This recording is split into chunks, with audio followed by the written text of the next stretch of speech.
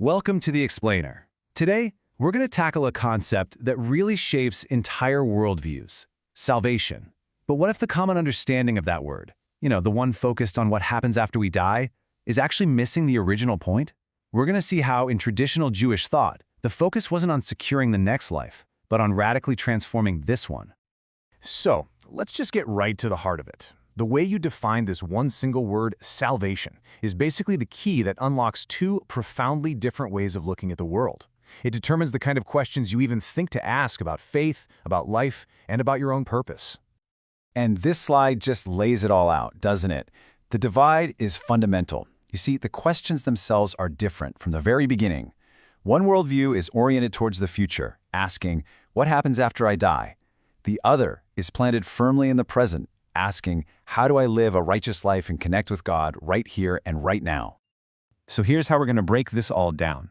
We'll start with that central, misunderstood question, and then we'll explore a pretty surprising idea: salvation without an afterlife. From there, we'll dive into what's called the path of transformation, take a fresh look at key figures like Jesus and the Messiah, and then boil it all down to three core principles: justice, mercy, and humility. Okay, let's jump in with something that honestly surprises a lot of people. The idea of a personal afterlife, the way many of us think about it today, is pretty much absent from the main body of the Hebrew Bible. For the ancient Hebrews and Israelites, the big theological and, existential struggles weren't about the afterlife. They were about life, here and now. Their focus was on the fate of their community, their relationship with God, and the massive challenge of living a righteous life on this earth, not about booking a spot in some other realm. And you can see this evolution right here. This idea of resurrection, it wasn't a static day one doctrine. It was a concept that developed over a long time. In fact, clear references to a personal afterlife only start popping up in very late biblical texts like the book of Daniel, and in a section of Isaiah that scholars think was added much later, sometimes called the Isaiah Apocalypse.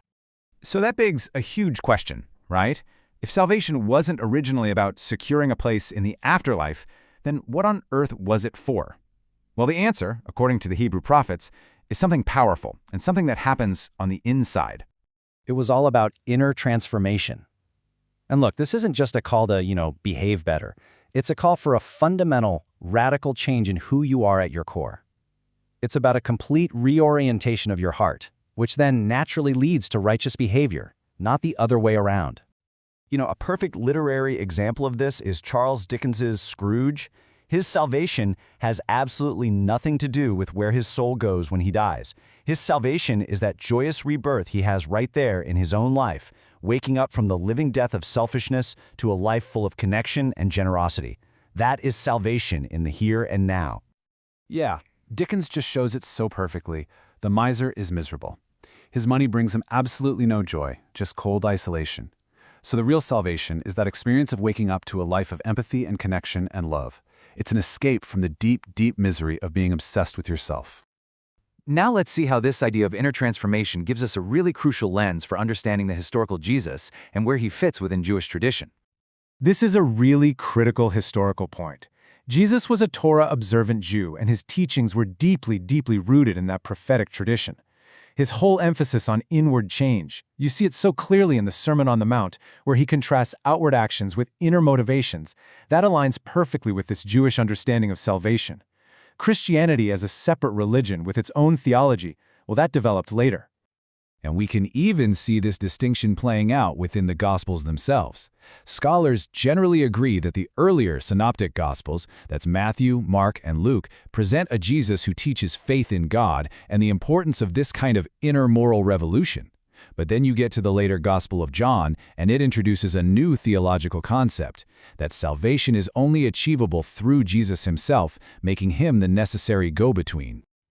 Okay, so that leads us to another huge term that often gets reinterpreted through a later lens: Messiah.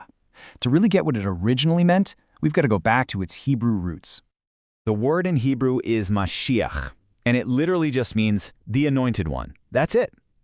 And originally, this term had absolutely nothing to do with a divine being. It referred to a human leader, like a king, who is consecrated for their job through the symbolic act of being anointed with oil. So the Jewish expectation, what you see laid out in the prophetic texts, was for a great human leader, a descendant of King David, who would restore the kingdom and bring in a new era of peace and justice right here on earth. This is fundamentally different from the later Christian concept of the Messiah as a divine being, part of God himself, who offers personal salvation for the afterlife. All right, so if the whole point is this inner transformation that leads to a righteous life, what does that life actually look like in practice? The prophets were actually very clear about this. The prophet Micah gives us what many people consider the ultimate summary of the entire Torah. He just cuts through all the rituals and sacrifices and gets right to the heart of what God truly wants. He boils it down to 3 things: do justice, love kindness, and walk humbly. First up, to do justice. And we're not just talking about courtrooms here. This is about a deep commitment to fundamental fairness and order in every part of society. It's about building and maintaining a social structure that is itself righteous. But justice by itself can be cold, right? It has to be paired with loving kindness or mercy. This is the change of heart that pushes you beyond what's merely fair. It's a radical turn toward actively caring for other people, a principle that fills justice with compassion. And finally, to walk humbly. This is so important. It's basically the antidote to being self-righteous. It's that profound, gut-level understanding that you are just one person, that your point of view isn't the only one that matters, and that you have to stay open to what other people see and experience. There's this amazing story about the great Rabbi Hillel. A skeptic challenges him to summarize the entire Torah while standing on one foot. And Hillel doesn't recite some complex law.